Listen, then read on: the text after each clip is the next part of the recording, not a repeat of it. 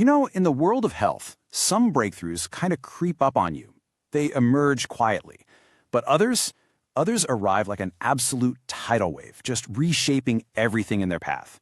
And right now, well, we are smack in the middle of one of those tidal waves. Now that is a heavy statement, and believe me, it's not an exaggeration. It's a direct quote that signals this fundamental change in how we understand and treat some of the most common diseases on the entire planet. So the big question is, how did this happen? I mean, we've all heard the names floating around, right? Ozempic, Wegovy, Mounjaro. But in this explainer, we're going to go way beyond the headlines. We're going to unpack the incredible science that is, quite literally, changing the game.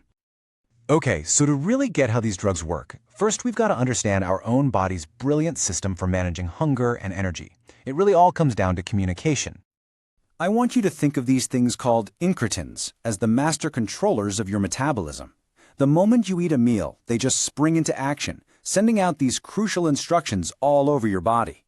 So the first key player here is a hormone called GLP-1. You can think of it as the body's main stop signal. It's the hormone that tells your brain, hey, you can put the fork down now. It helps you feel satisfied, and it keeps you from getting hungry again too quickly. It is an absolute powerhouse. And GLP-1 doesn't work alone. Nope, it has a partner, GIP. So while GLP-1 is hitting the brakes on your hunger, GIP is working in the background, kind of fine-tuning how your body handles insulin and even how it deals with fat. They're a real dynamic duo. So, look, the natural process is pretty simple. You eat, these messengers get released, and your body responds. But, and this is the core of the problem, for a lot of people with obesity or type 2 diabetes, this whole system is broken. Whether it's genetics or something else, those signals are just too quiet for the body to really hear them. And this broken signaling system is exactly where our first game changer comes into the picture, a molecule called semaglutide. Now get this. It's a single molecule that comes in 3 different packages, and each one has a very specific mission. Okay, this table right here, this is your roadmap. It's the key to cutting through all the brand name confusion.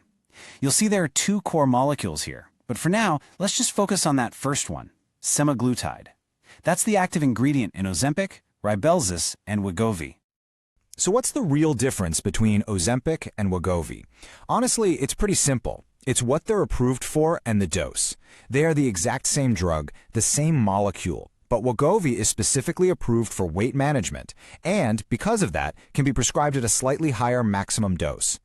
And the results? They were just stunning. In the Big Step 1 trial, people on Wegovy lost on average almost 15% of their body weight. I mean, to put that into perspective, that level of effectiveness from a medication was, until very recently, pretty much unimaginable. And just to round out the family, you've got Rybelsus. Now, this was a huge pharmaceutical achievement. They actually figured out how to make this delicate hormone molecule survive your stomach acid so it could be taken as a daily pill instead of an injection. Pretty cool. But the science didn't stop there. Just as semaglutide was making all these waves, another breakthrough came along that took things to a completely new level. It's time to meet tirzepatide. This, right here, is the key difference. If semaglutide is like a car with one really powerful engine, mimicking GLP-1, then tirzepatide?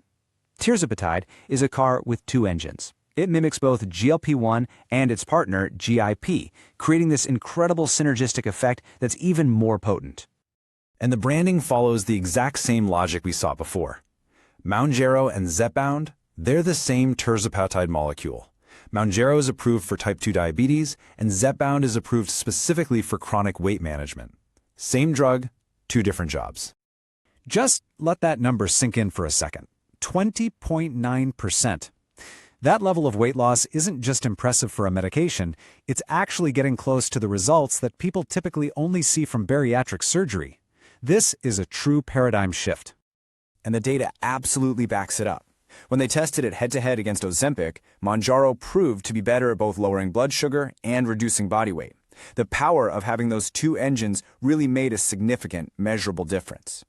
So what does all this really mean for the future? Let's zoom out for a minute and think about the profound implications of this entirely new class of medicine. This gets to the most important takeaway of all. It suggests that for decades, we've been looking at these conditions all wrong. we haven't just been treating them as a failure of willpower, but fundamentally as the wrong kind of problem. These drugs are so effective because they don't just treat symptoms, they help repair the body's own broken communication lines. And what about safety? That's a fair question.